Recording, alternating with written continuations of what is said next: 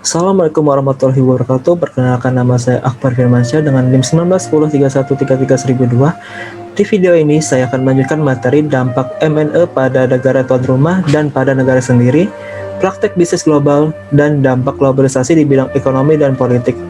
Yang pertama yaitu ada dampak MNE pada negara tuan rumah.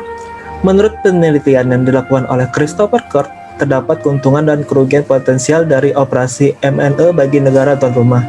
Keuntungan potensial utama yaitu: pertama, transfer modal, teknologi, dan kewirausahaan kepada negara tuan rumah. Kedua, membaiknya neraca pembayaran tuan rumah. Ketiga, terciptanya pekerjaan dan peluang karir. Yang keempat, memperbaiki persaingan dalam ekonomi setempat. Yang kelima, ketersediaan produk bagi konsumen lokal yang lebih besar.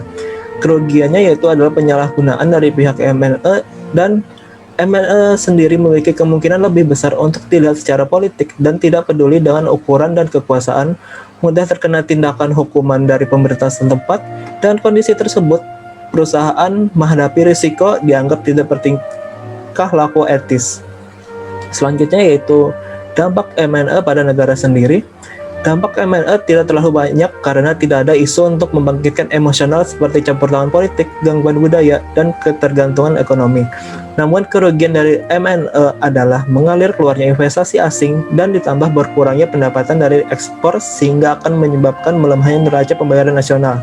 Juga dapat menyebabkan hilangnya pekerjaan domestik. Hal ini terjadi karena perusahaan lebih memilih untuk memindahkan produksinya ke luar negeri demi mendapatkan keuntungan dengan biaya yang rendah. Materi selanjutnya yaitu ada praktek bisnis global. Waktu memainkan dua peran penting dalam manajemen global. Dalam setiap kesempatan, kesabaran dan sejarah akan terlibat.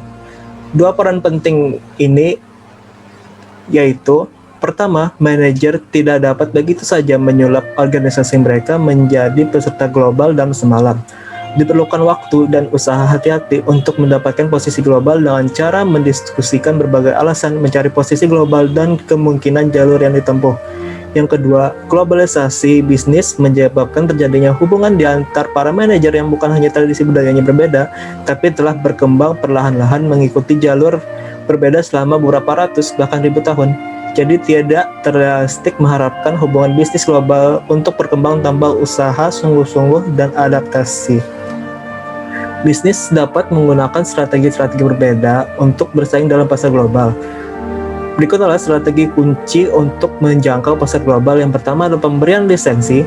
Sebuah perusahaan dapat memutuskan untuk bersaing dengan melisensikan hak untuk memanufaktur produknya atau menggunakan merek dagangnya kepada perusahaan asing dengan imbalan sejumlah biaya. Yang kedua dengan mengekspor.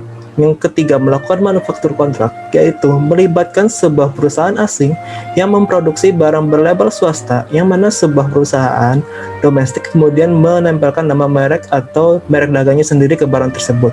Yang keempat, ventura bersama dan aliansi strategis internasional, yaitu adalah hubungan rekanan di mana dua perusahaan atau lebih bergabung untuk melakukan sebuah proyek besar. Yang kelima, melakukan aliansi strategis, yaitu hubungan rekanan jangka panjang antara dua perusahaan atau lebih yang dibentuk untuk membantu setiap perusahaan membangun keunggulan pasar komoditi. Materi selanjutnya yaitu dampak globalisasi. Dampak globalisasi di bidang ekonomi yang diambil dari buku A Future Perfect, The Challenge and the Promise of Globalization, karya Random House. Globalisasi memberikan dampak signifikan pada ekonomi sebuah negara. Berikut adalah dampak positif dan negatifnya, yaitu yang pertama, peluang usaha internasional menjadi terbuka lebar sehingga para pengusaha dapat menjangkau pasar di negara lain. Yang kedua, terbentuk lapangan kerja yang luas sehingga angka pengangguran di negara menurun. Yang ketiga, pemasukan devisa dari sektor pariwisata akan semakin bertambah karena wisatawan asing yang datang berkunjung. Dampak negatifnya yaitu yang pertama, tantangan pada perkembangan sektor industri dalam negeri. Yang kedua, dapat memperburuk pertumbuhan ekonomi dalam negeri bila tidak direncanakan dengan baik. Yang ketiga, produk impor dapat membuat produk lokal kalah bersaing. Selanjutnya yaitu ada dampak positif dan negatif dari globalisasi di bidang politik. Dampak positifnya sendiri yaitu pertama, negara mengalami globalisasi akan mendapat nilai demokrasi yang baik. Yang kedua, hubungan kerjasama internasional terbuka lebar serta mempermudah hubungan kerjasama antar negara. Yang ketiga, banyak negara yang berpartisipasi untuk menciptakan kedamaian dunia.